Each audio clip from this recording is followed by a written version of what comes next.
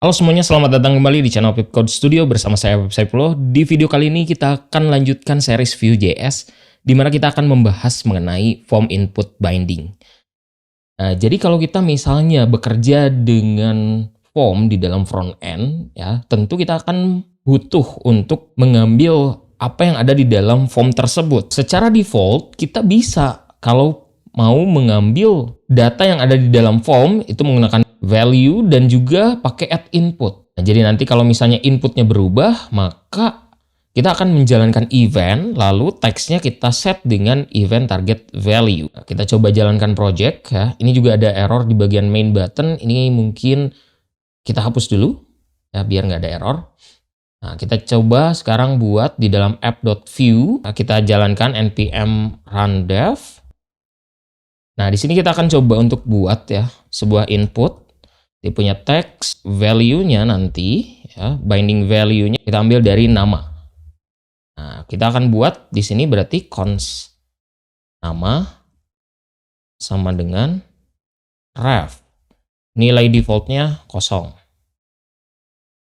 Lalu untuk menghandle hal tersebut kita bisa gunakan add input. Jadi kita bisa langsung di sini event namanya kita set dengan event.target.value. Nah, seperti ini ya. Kita buka di localhost 5173. Nah, ini sudah ada ya formnya. Kita buat ke bawah, ini kasih BR aja ya, biar cepet. Nah, ini ya. Sudah ada ke bawah, atau biar makin ada jaraknya kita berikan 2 ya. Nah, sekarang gimana caranya kalau misalnya saya mau mengambil input yang ini ya, dan saya mau tampilkan, misal ya di sini P aja, lalu misalnya saya mau menampilkan nama. Nah, jadi kalau saya tulis di sini Afif, maka muncul Afif. Nah, hal seperti ini sudah oke sebetulnya ya, dan kita sudah bisa mengambil apa yang ada di dalam inputan langsung kita set ke dalam sebuah ref. Namun ada cara yang lebih baik lagi, yaitu adalah dengan menggunakan vModel. Nah, jadi dengan vModel kita bisa meringkas hal yang tadi kita lakukan ya, yaitu adalah men-set value dari inputnya berupa nilai dari refnya, dan juga kita bisa handling langsung eventnya. Jadi cukup tulis vModel seperti ini. Jadi kalau saya tulis di sini misalnya saya hapus untuk value yang ini, langsung saya tulis vModel dengan nama. Jadi nama ini sesuaikan dengan refnya ya. Kita balik, refresh dulu. Misalkan Afif, nah ya hasilnya sama saja. Jadi bisa menggunakan yang namanya vModel. Tuh ya. Tuh, jadi seperti itu ya. Kalau misalnya kita mau menggunakan vModel. Tentunya lebih mempersingkat codingan kita yang tadinya lebih panjang seperti ini. Kita cukup tulis seperti ini. Langsung dimasukkan ke dalam refnya. Nah, selain itu juga vModel bisa digunakan untuk text area dan select elemen. Oke, untuk yang input tipe teks tadi kita sudah coba ya. Nah, selain itu juga kelebihan dari vModel adalah, nah dia bisa menggunakan multi-line text. Nah, kita coba. Misalkan di sini ya, kita buat const description ya sekarang. Refnya kita berikan 0. Nah, di sini kita tambahkan text area. Text area di sini, ini ID dan name saya hapus saja. Nah, lalu vModel itu kita tambahkan dash di sini. Text areanya ini kita bisa self closing tag. Nah, ini ya. Sudah ada text area, kita berikan BR ya biar kelihatan juga, dan juga mungkin kita tambahkan dash-nya ya di sini. Dash. Oke. Kita coba dulu ya. Nah, sudah ada. Tapi di sini kalau kita lihat, kita bisa menggunakan yang namanya ini ya, white space preline. Kita coba ya. Jadi tambahin style, white space, preline. Oke, mau ditaruh di sini stylenya boleh, atau mau ditaruh di scope boleh ya. Kita coba tes. Oh, jadi ke bawah ya kan? Jadi inputnya menyesuaikan dengan apa yang ada di dalam text area.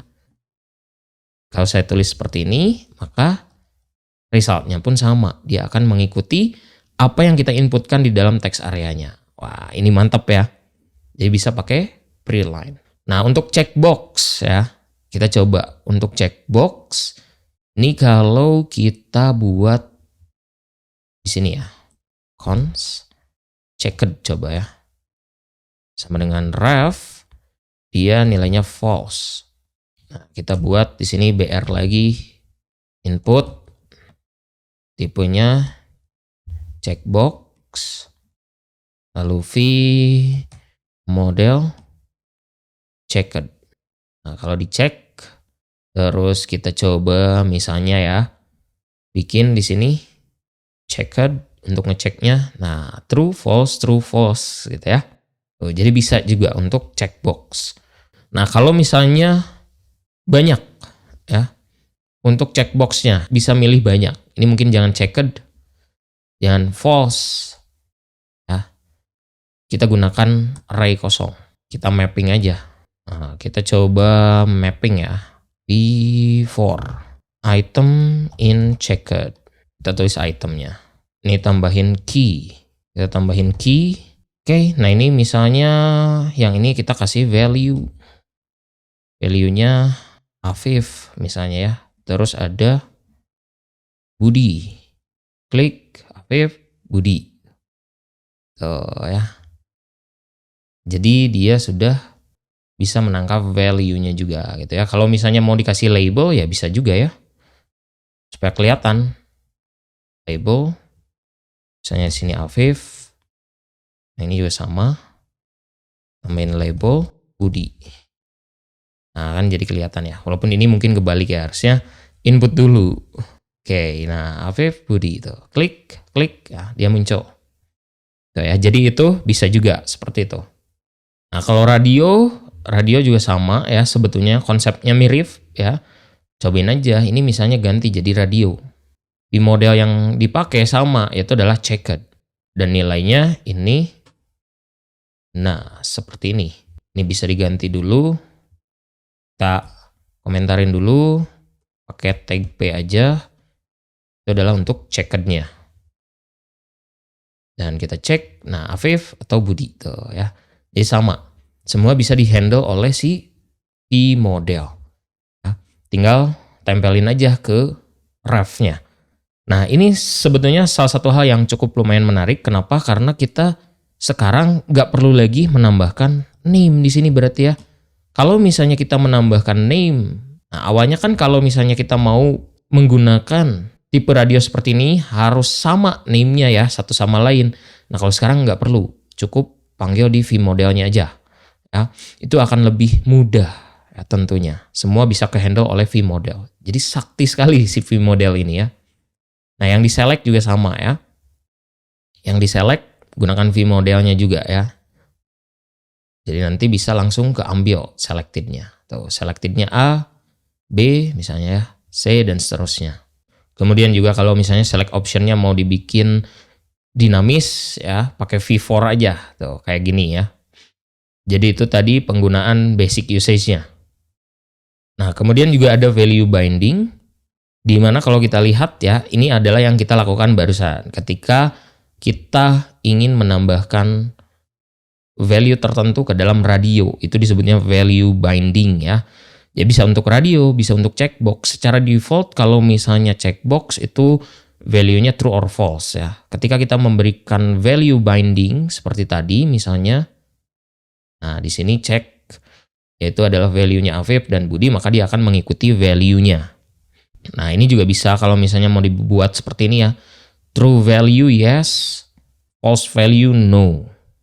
Kalau mau dibikin dinamik juga bisa. Yang radio juga sama, bisa dibikin dinamis ya.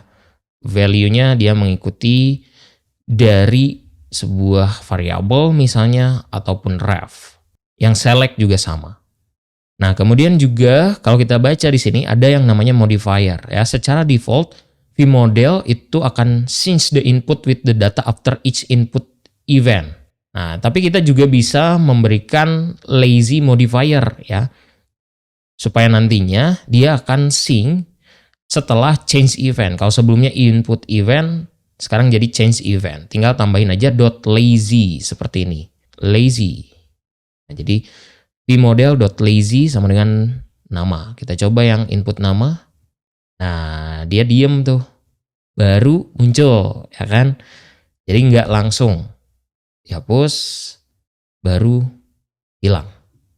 Nah, jadi kalau misalnya saya tulis Apip, ya sudah tidak ada di inputnya lagi, pindah, nah baru gitu ya, diinsertkan.